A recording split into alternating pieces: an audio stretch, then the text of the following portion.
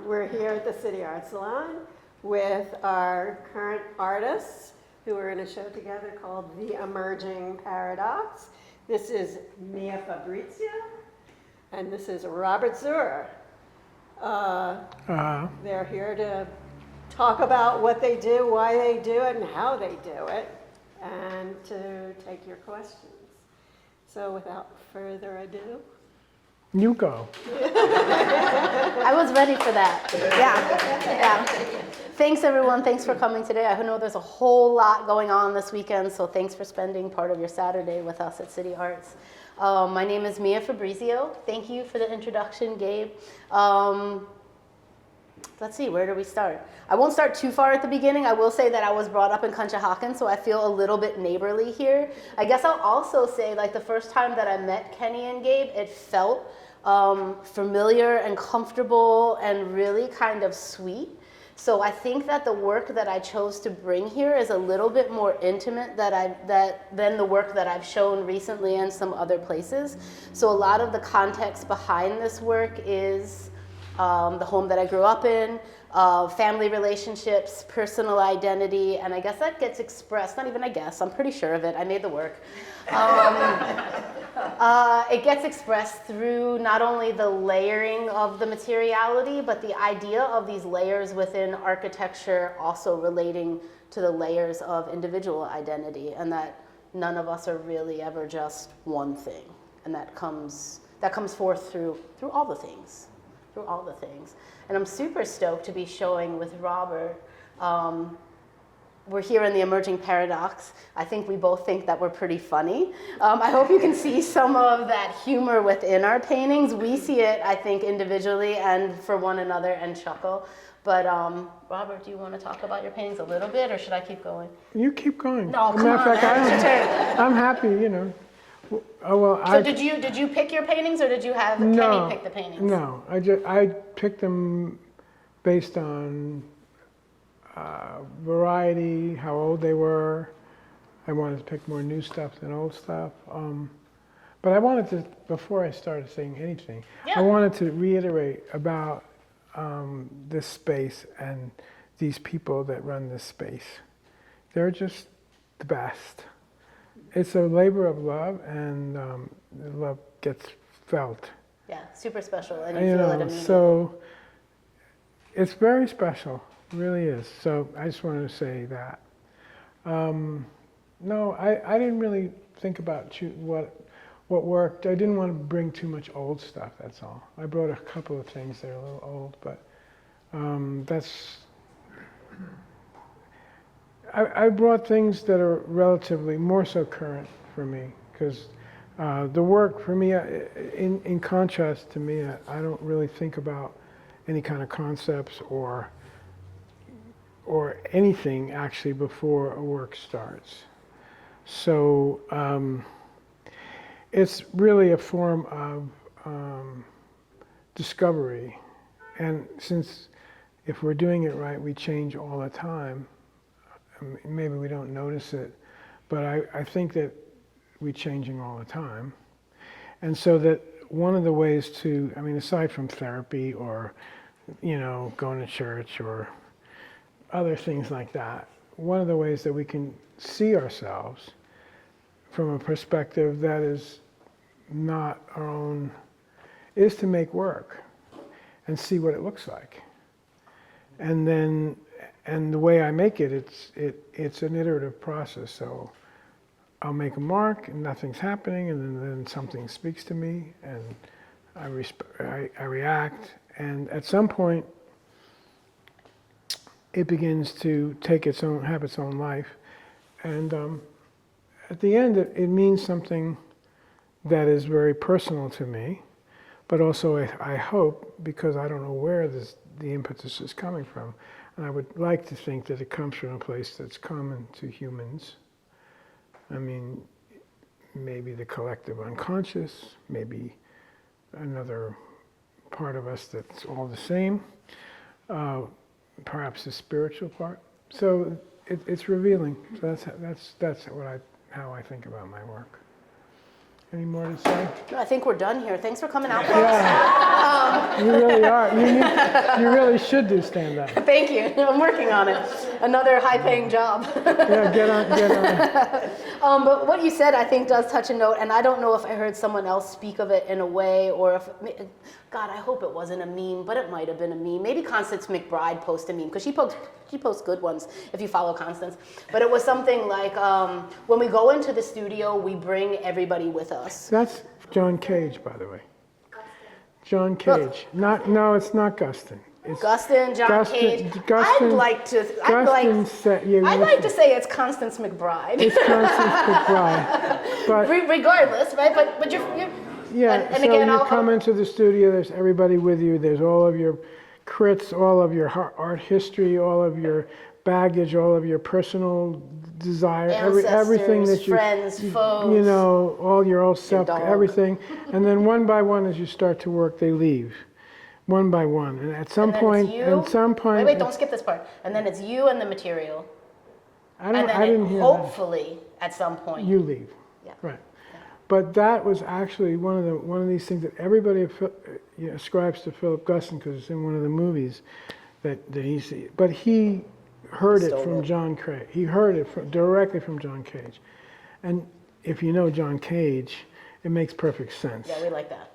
You know, but yeah, and that's actually something that, I don't know, that's why not having a framework of some kind of idea of something that I want to accomplish, or something that expresses a particular thing, is freeing, because then I don't have to compare it against that.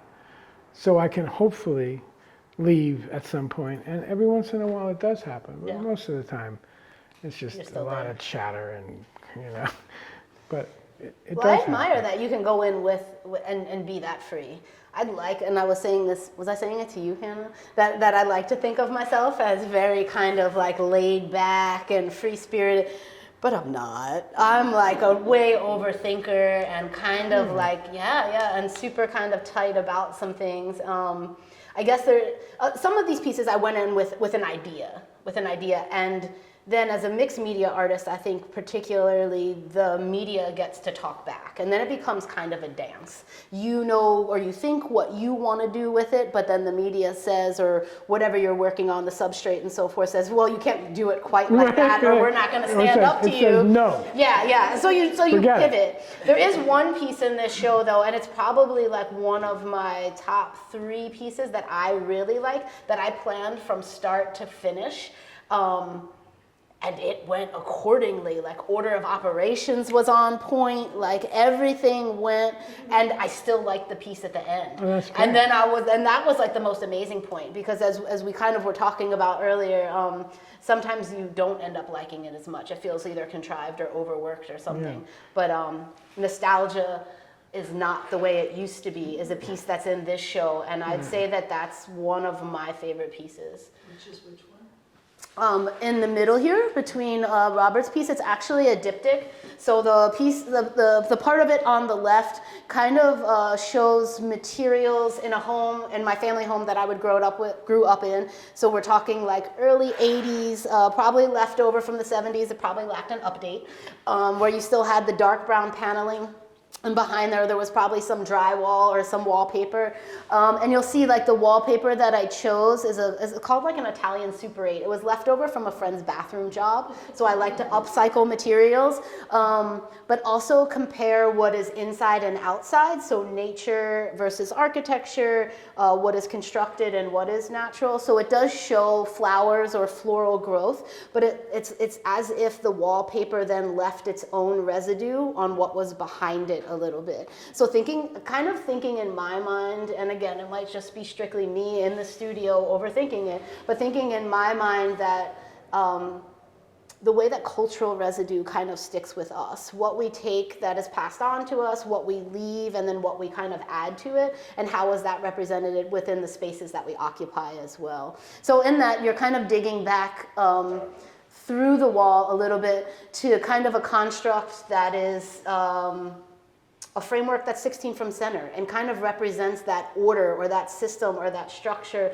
that operates behind the facade of everything, almost universally, or at least within societies. And then the part on the right, that's a little bit of a narrow section, represents this liminal space. So the house I grew up in is in Conshohocken. It was a public and private place because my grandfather had made a hairdressing salon as the front porch, and then everybody lived in the back. So you would open the door, you get hit in the face with fresh tomato gravy and perm solution, because that's what the timing was. Everybody was kind of getting perms. But this was the space that was actually, it's kind of like the floor plan or a flattened version of the space that existed between the salon and the house. So it was actually physically that in-between space. So yeah, I really like that piece. It is. Yeah. I have a question Because it though. looks like a hallway. Yeah, it is.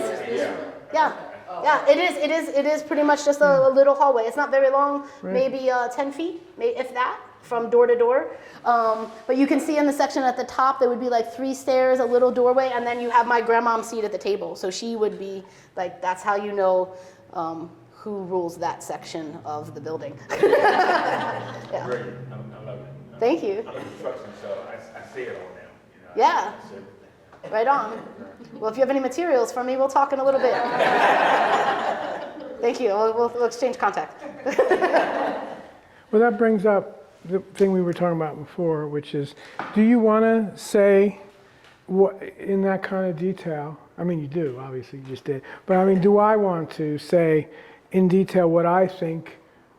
I mean, even though I don't do it the same way and come to it by these choices that you talk about, but the choices are made by something. Mm-hmm.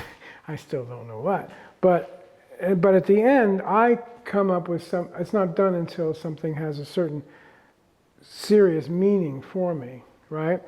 And the big problem is, do I want to tell people what that is for me, or do I want them to have that meaning, not direct them to and this is sort of more a question for everybody here, because I would much rather not. I'd much rather see what, and if especially, if somebody has a reaction or has a relation rather to the work, which may be entirely different than mine, but then it's not great for artist talks, right? Because then you want to say, well, this is this and this is that. Yeah, man, perform. Let's go. Yeah, but I you know, it's a big problem. But I think it's absolutely the artist's prerogative. I think that's your prerogative. That is yours to share or yours to keep, because you already shared this. Did I? Yeah, it's on the wall. You shared it. Whether you share all of that, that's you know, all, I'm that just the talking story. about- I think that's totally your prerogative, because I still feel like anybody who walks up to what I just described is going to either have a feeling of nostalgia or memory or relationship in a different kind of way, regardless. I think a sense of play is important, so there'll be materials out to manipulate or play with. As much space as people are willing to give me, I usually fill up with more things to work on. So it's a whole lot of things. And similar vein, I do feel like even if there's not there's always in my work, I feel there's always a connective. So any questions? I have a question.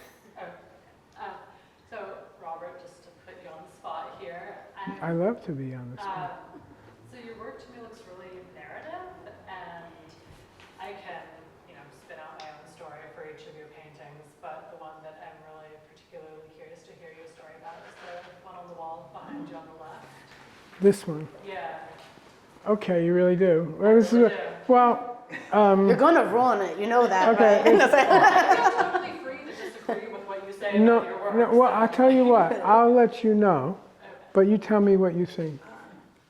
Okay, but you go. I'll tell you what happened is, no. What happened is, I don't know pretty much till 80% of the work is done. Pretty much what begins to make me feel something. And then by the time it's finished, I'm shut down. So I almost can't look at it in a different way anymore. So what I didn't want to have to happen is that you would shut down. So when you see it, what do you see? I remember walking through the woods in the summer where I grew up and getting real close to a rattlesnake.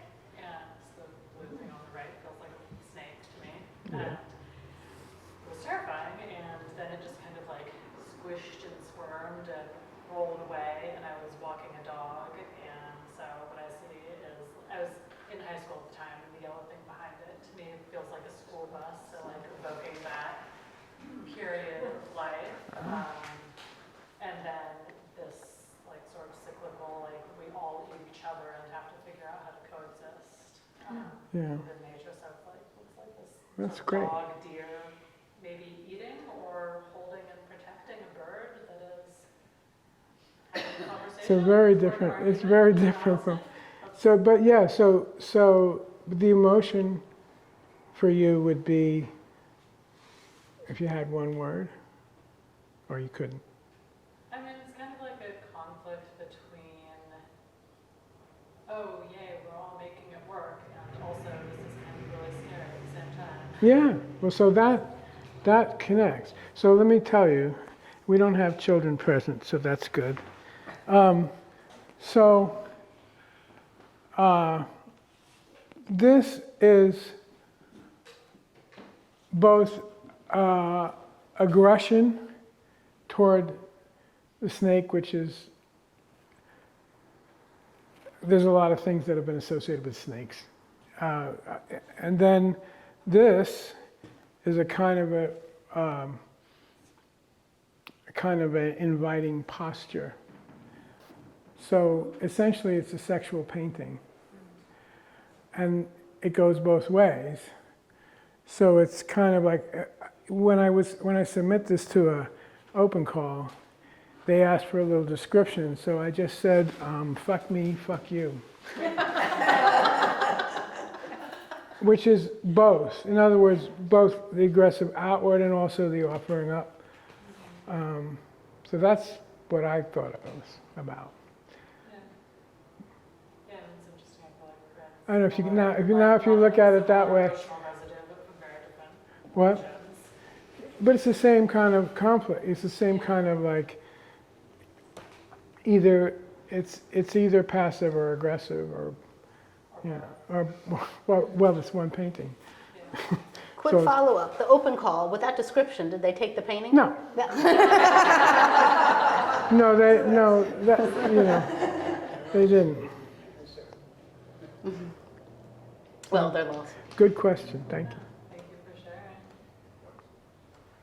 I have a question for Mia. I was wondering, with your work, you said you start with the idea of the concept, but I'm wondering if, like, the genesis of that happens via the material or via memory, or like a specific thing. Like, do you touch wood that reminds you of your house, and then you start thinking about it and you design a piece, or like, where's the like origin of your thoughts? Yes. No, I'm just kidding. I say yes, but the answer kind of is yes, because all of that does happen. I would say most often the work is material driven. I feel like the materiality, I have a hard time. I would love to make a painting. I try to make paintings with just paint, and I can never quite get through it because I'll be painting something, and whether it's realistic or expressive, I want to put the actual material in because I feel like the material holds the history, the history of that material. And in the same way that I don't have to describe my story, that material is going to be recognized by my viewer, and it's going to hold a history for them too. So I feel like when I do come across a material that I'm interested in, whether it is we're putting a sliding door in our house and we've now just cut out a section and I'm like, oh, look at this treasure, or find a street treasure, or find whatever it is that I don't know, puts that light on for me, does usually initiate the idea. The idea is not always as full-blown or worked out as the particular piece that I described earlier. Sometimes it is just a little bit of an idea, and then in working, more is revealed. But yeah, did that kind of... Thank you. What's your name? And Ash. Hi, Ash. Thank you for your question. Either that or somebody gives you homework. Or someone gives you homework. If you're lucky enough to work with people who are curating shows and they're like, hey, you wanna? They always say yes. Always say yes. Apparently they have some great vision that you should probably just do it. Thank you, Nancy. You both touched on the fact that something, let's say ethereal or spiritual or something, you're more driven by the materiality, maybe more by the initial ideas. But I want to know, do you only, this might seem dumb, but anyway, do just work on one thing at a time, where you're just completely immersed and you go, okay, that's lovely, and now I'm finished, now I'll go on to the next thing? Or are many things, more than one pieces of art happening at the same time? And how do you feel about that? Like, do you think if you are working on more than one thing at a time, do you think there's a certain intersectionality about that? You say me first, you first. Well, I mean, I think there's a certain intersectionality about work, Oh, in the entire work since I started. right. So I don't do series or bodies of work, because the work that I made in 1968 is pretty much the same as this work, and just a little different. But I work on it a lot, as many as I can fit in my little studio. And they're all talking to each other. Well, no, I've heard of that, Okay. and I also really not sure. And I hear about a lot from curators. I don't really understand that clearly about what that means, talking to one another, except in very certain instances. I mean, the only way I look at it, they're talking to each other. I can see an emotional thing, but that's another story. But yeah, I work on many because there's an energy so you have a certain amount of energy to go in the studio. And when you get stuck, really stuck on a painting, and you still have energy, which is sometimes you don't, but when you do, then you can turn the painting around and go to the next one, and then you have a whole new set of Where problems. the paint needs to dry a little, right? Well, yeah. I mean, I do a lot of wet on wet, but I do. I heard that about you. But yeah. All right, now just be. Of our layers, it's all kind of baked into every piece, regardless if they look exactly the same or even, remotely the same. Thanks. Yeah, thank you. And what's your name? Jill, Hi, Jill. Thanks for and the you question. are funny. Thank you. Thank you. It still doesn't pay. I know. No. I'm funny too, no one cares. Yeah, no one cares. I mean, they like to laugh. I think it's important to laugh. But yeah. Any other questions? No. What do you want to talk about next? Okay, so I'm going to say this. So if there's no more questions, I just want to thank Mia and Robert for participating in our artist talk. It was great, and I really appreciate you guys showing here with us at the City Arts Salon. Thank you. Thank you. All right. That's it. All right. Are we done? We can